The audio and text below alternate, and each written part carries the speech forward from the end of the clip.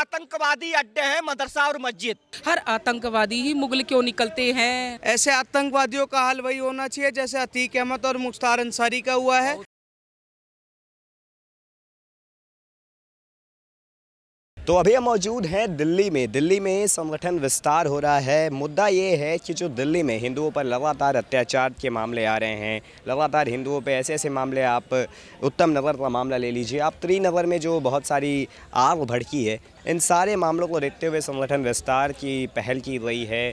क्या इस समय ऐसी आवश्यकता पड़ चुकी है कि इस चीज़ों पर इस देश के हिंदुओं को ध्यान देना चाहिए? जिस तरीके से प्रक्रिया इस देश में चल रही है, हमें लगता है कि अगर ये 14 में गवर्नमेंट मोदी सरकार नहीं आती तो इस्लामीकरण 2030 तक ये देश पूरी तरीके से हो जाता। जैसा कि हमारे देश के अंदर लव जिहाद एजेंडा है, लैंड जिहाद है, थोक जिहाद है, यूपीएससी जिहाद है। जिस तरीके से हमारी जनरेशन को नपुंसक बनाया जा रहा है, और लव जिहाद में हमें लगता है सबसे बड़ा एजेंडा है धर्मांतरण और लव जिहाद। अगर इसको नहीं रोका गया, ये देश, आपको लगता है गृह युद्ध ऑलरेडी चल रहा है। आपको ये बता रहे एक साल में 15 से 20 लाख लड़कियां मिनिमम वेजेस बता रहे हैं जो लव जिहाद में फंसाई जाती हैं, और 24 से 30 हजार लड़की सालाना मारी जाती है।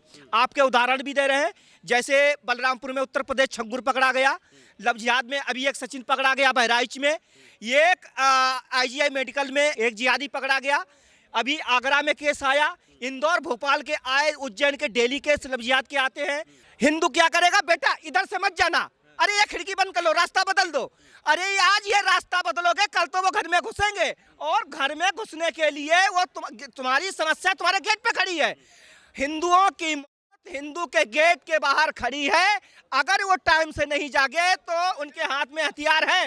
ये बात कड़वी सच्चाई है, इसको स्वीकार करना पड़ेगा। और तरुण जैसी हत्याएं आप देखिए, रिंकू बदायूं में रिंकू की हत्या, और लव जिहाद में कितनी लड़कियां डेली मारी जाती हैं। आप तो खुद ही मीडिया में देखते होंगे। हिंदू क्या करता है, उसको इग्नोर करता है, वो अपनी नपुंसकता। अब हिंदू में क्या है, कुछ सेकुलर है, सेकुलर समझते हैं ना। इतनी सहिष्णुता क्यों है, जब इतने लगातार अत्याचार हो रहे हैं तो इतना सहिष्णुता क्यों है हिंदू? देखिए, मस्जिद में को सिखाया जाता है मुसलमानों को, ये आतंकवादी अड्डे हैं मदरसा और मस्जिद। अगर ये मदरसा और मस्जिद, अगर मस्जिद आतंकवादी अड्डा है। बिजनौर में साहब 40 के सबने 5000 निकली थी। अभी संडीला के पास मलियाबाद है, लखनऊ के पास में 20,000 हथियार निकले थे, कम से कम 50,000 जिंदा कारतूस थे। आप सर्च कर रही है ना, मैं जो बोलता हूँ पॉइंट पे बोलता हूँ, हवाबाजी नहीं मारता हूँ, सीधी बात। और बहराइच जितना उत्तर प्रदेश का बॉर्डर है, लखीमपुर से लेके पीलीभीत से लेके जितना बॉर्डर है, मदरसे में चेक किया गया, उठाए भी गए। धर्मांतरण हवाला के नाम पे सबसे ज्यादा हथियार उधरी निकल रहे हैं। अच्छा, देश में बहुत सारे माहौल ऐसे बने, त्रिनगर का मामला ले लीजिए जहाँ पे लगातार आग भड़क रही है, उसके बाद उत्तम नगर का मामला आप ले लीजिए, फिर ध्रुव राठी का बयान आया राम जी सीता जी पे कि मांस खाया होगा, फिर सपा नेता का बयान आया यदुनंदन लाल वर्मा का राम की माता पे।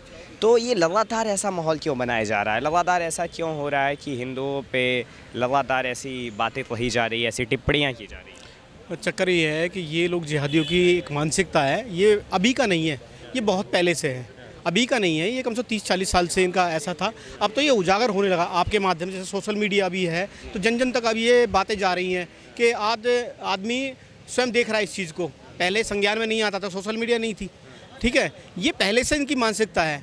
अब तो आपके ज़रिए से, हमारे ज़रिए से लोग जागरूक हो रहे हैं, सनातन जाग रहा है, इस प्रकार से ना अब ये बातें खुलती जा रही हैं और इनका विरोध भी हो रहा है, ऐसा नहीं है, और इनके मंसूबे पानी फिर रहा है। अच्छा। हाँ, तो लगातार एक ही धर्म पे टारगेट क्यों, लगातार एक ही चीज़ों पे? एक बार और बहुत ज़्यादा फैली कि जब ब्राह्मण समाज में भी बहुत सारी नफ़रतें फैलाई गई, ब्राह्मण बनिया देश छोड़ो जेएनयू की दीवारों पे लगा, फिर ब्राह्मण के लिए जब यूजीसी बिल आया उस पर भी बहुत सारे विवाद हुए।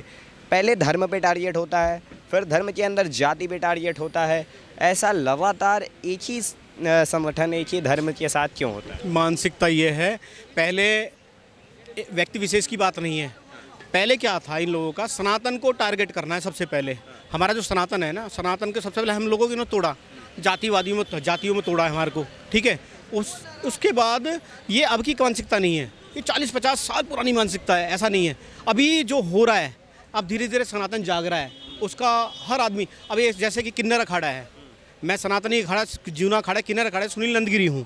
अभी जैसे जब किन्नर अखाड़ा जाग चुका है, हिंदू सनातनी हिंदू जाग चुका है, अलग अलग तरह के, अभी तरुण हत्याकांड के अंदर आपने देखा होगा, लोग बोलते हैं जय भीम जय भीम। अभी तक हिंदू अभी तक क्यों नहीं जावा? नहीं, एक चीज़ बताता हूँ आपको मैं, जब से ये सरकार चेंज हुई है, कहीं ना कहीं धर्म जोड़ने की, मैं किसी पार्टी का नहीं हूँ, ना कि आप कभी समझे बीजेपी का हूँ, ठीक है ना, जब से ये सनातन जागा है और ये धर्म की ओर लेके ये भारतीय जनता पार्टी लेके गई है, और जब से बीजेपी हर क्षेत्र में हर प्रदेश में आई है, तो सनातन जाग रहा है, धीरे धीरे जाग रहा है। अच्छा, अतीक अहमद का जो किरदार दिखाया गया धुरंधर 2 में, उस पर अखिलेश यादव का यह बयान आना कि वो तो अब इस दुनिया में है भी नहीं, उनकी बात क्यों दिखाई जा रही है? और अगर अतीक अहमद इतने ही बुरे थे, इतना ही उनका पाकिस्तानी लिंक था, तो फिर क्यों लोकसभा में जब उनकी मृत्यु हुई तो शोक संवेदना व्यक्त की? अगर ऐसा कुछ हुआ था तो इसलिए वो आया कि ताकि बयान ऐसा अखिलेश का क्यों आ रहा है, क्योंकि वो उसकी टीम से था।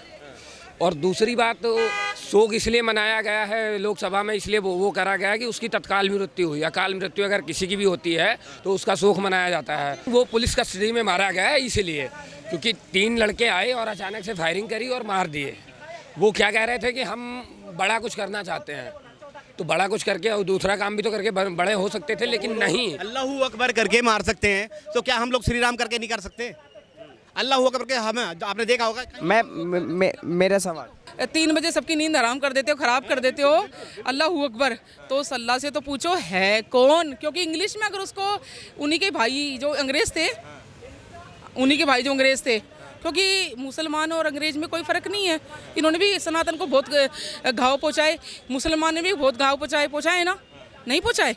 बहुत पहुँचाते आ रहे हैं और अभी पहुँचा रहे हैं, चाहे हमारे धर्म को ले, चाहे हमारी बहन बेटियों ले, चाहे हमारी हर चीज़ को ले।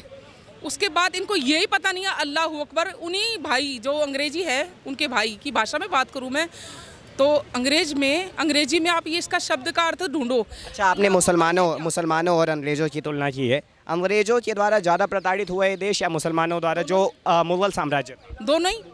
ज़्यादा किसने? ज़्यादा मैं क्या कह रही हूँ, चोर मुसेरे भाई होते हैं। फिर भी होता है ना, अगर 2 अपराधी हैं, एक ज़्यादा अपराध करता है, थोड़ा कम अपराध करता है, कौन ज़्यादा? तो मुगल ही है, अंग्रेज़ों से ज़्यादा। मुगल सनातन का विरोध करते आए वो मुगल ही थे, क्योंकि मुसलमानों में इतना समर्थ नहीं था जो मुसेरे भाई हैं भाई साहब। नहीं, मैं सनातन की बात नहीं कर रहा, मैं राष्ट्रहित के बारे में बात कर रहा हूँ। राष्ट्रहित के नज़रिए से अंग्रेजों की बात करो, चाहे लड़कियों की बात करो, चाहे हर प्रकार से किसकी बात करो, तो मुगलों के ही नाम आता है। हर आतंकवादी ही मुगल क्यों निकलते हैं? कोई अंग्रेज क्यों नहीं निकलता? कोई हिंदू क्यों नहीं निकलता? सपा नेता यदुनंदन लाल वर्मा ने जो श्री राम की माता कौशल्या जी पे जो बयान दिया, मैं नहीं बोल सकता कैमरा के सामने इतनी अभद्र टिप्पणी की गई है। किसी भी धर्म से अगर आप किसी भी धर्म के बारे में ऐसा बोलते हैं तो वो अभद्र होता है।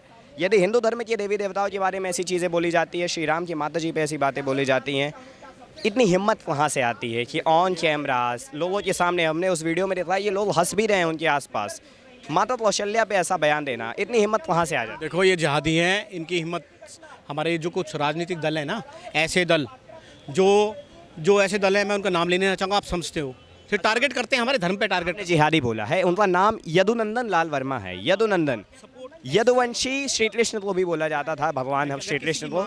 यदुनंदन नाम में ही भगवान का उल्लेख आता है, लेकिन जब भगवान की माता का ही उल्लेख किया जाता है अभद्र टिप्पणी के साथ, क्या कहना चाहते हैं? देखो, सनातनी हूँ, किसी की माँ पे टिप्पणी नहीं करना चाहता, ठीक है। जैसे उनकी माँ है वैसे ही हमारी माँ है। हम सनातनी, शुद्ध सनातनी है, लेकिन आज सनातनी जाग चुका है, अब बर्दाश्त नहीं करा जाएगा बिल्कुल भी। आज जवाब दिया जाएगा। और भाई प्रीतद्रोही उनके माध्यम से एक प्लेटफॉर्म है। हम लोग ना तो शस्त्र से, आज हमारी लड़ाई सुप्रीम कोर्ट, हम कोर्ट में जाएंगे, कोर्ट में जाके लड़ाई करेंगे।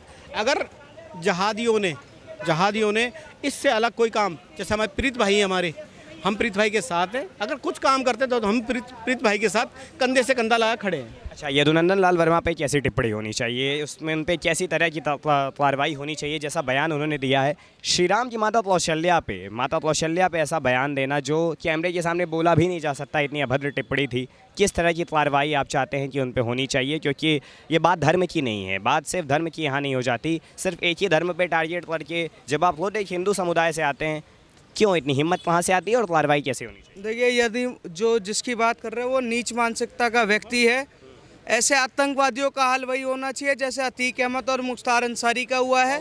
ठीक है, मिट्टी में मिला देने का काम अगर हमारी जनता, हमारी सनातन 110 करोड़ हिंदू नहीं कर सकते तो टोपी लगा के घूमे, ज़्यादा बेहतर है कि जिस राम के नाम पर इस भारत को चलाया जाता है, जिस राम के नाम पर एकता होती है, उस भारत को ही अगर कोई जिहादी मानसिकता का आतंकवादी, जिसकी अम्मा का खटिया किसी मुल्ला ने हिलाया हो, वो राम की माँ के बारे में जब टिप्पणी करे, हमारे सामने खड़ा होता तो हम 4 टुकड़े में दे देते उसके घर वालों को। सीधी बात है, आतंकवादियों का एक ही हाल होता है जैसे उनका हाल होना चाहिए। ऐसी मानसिकता वाले छोटी चीज़ लेकर चलते हैं, उनको ये लगता है कि अगर मैं ये बोलूँगा तो हमारी पार्टी के जो सरगना हैं वो हमें टीआरपी के चक्कर में टिकट देंगे। और ऐसी मानसिकता का हरामी प्रसाद मौर्य था, उसका क्या हाल हुआ? एक व्यक्ति गया, चाटा मार के आ गया। आप सोचने की बात है कि ये नीच मानसिकता के किस संगठन का है, जिसके संगठन का सरगना राम भक्तों पर गोलियां चलवा देता है, जिसके संगठन के सरगना कब्रिस्तान बनवाने में बिजी होते हैं। अखिलेश यादव के पार्टी का कार्यकर्ता अगर ऐसे अभद्र बयान देता है और वो खुद हिंदू होने के बाद उस पार्टी में से उसको नहीं निकालता, तो सबसे पहले अखिलेश यादव जहाँ मिले पटक के का काम करो। अच्छा, अंतिम सवाल है, एक एक लाइन में चाहूँगा आपसे मैं उत्तर चाहूँगा। ध्रुव राठी बहुत ज़्यादा प्रचलित हैं, प्रचलित किस बातों से हैं, सब सारे लोग भली भांति से इस बात से परिचित हैं। ध्रुव राठी ने जो बयान दिया श्री राम पे, माँ सीता पे कि मांस खाते होंगे, ये सारी चीज़ें, जर्मनी में बैठ के इस देश का नागरिक होने के बावजूद जर्मनी में इतने दूर बैठ के ऐसे टिप्पणी देना कहाँ तक सही था? ज़्यादा वक्त नहीं लेना चाहूँगा, एक लाइन में। अकाउंट में पैसा आता है तो अपने बाप बदलने का काम करता है। ये ऐसे लोग हैं 10 रुपए के चक्कर में पड़ोसी को बाप बना लेते हैं। ठीक है, इनके बाप दादाओं ने हमेशा से इन्होंने इतिहास रचा हुआ है कि जब मुगलों की लड़ाई चल रही थी तो जयचंद ऐसे थे जो भारत में कहीं ना कहीं महापुरुषों को मरवाने का काम करते थे। ऐसे लोगों की एक ही चीज़ है, जर्मनी में बैठा हुआ, कहीं बैठा हुआ, ये पाला हुआ कुत्ता राहुल गांधी एंटोनियो माइनो का है। अगर इसकी औकात है उत्तर प्रदेश की धरती पे आके देख ले, बाबा जी मिट्टी में ना मिला दे तो कहना। तो जैसा कि हमने देखा कि लोगों ने जिस तरह से अपनी प्रतिक्रिया दी इस मामले पे, सपा नेता यदुनंदन लाल वर्मा की हम बात कर लें, जिन्होंने श्री राम की माता कौशल्या जी पर ऐसा अभद्र टिप्पणी किया जो कि हम कैमरा के सामने बोल भी नहीं सकते। सपा सुप्रीमो अखिलेश यादव जी ने जो बोला कि अतीक अहमद का किरदार क्यों दिखाया गया जब उस दुनिया में है ही नहीं, तो इस तरह का बयान, भड़काऊ बयान देखिए, क्या समाज को बांटना ये सही है? क्या लगातार समाज को वर्गीकृत करना ये सही है? इस पर लोगों की प्रतिक्रिया हमने जानी। तब तक के लिए देखते रहिए ओ न्यूज़ हिंदी। वीडियो जर्नलिस्ट अमन झा के साथ राज द्विवेदी, ओ न्यूज़ हिंदी।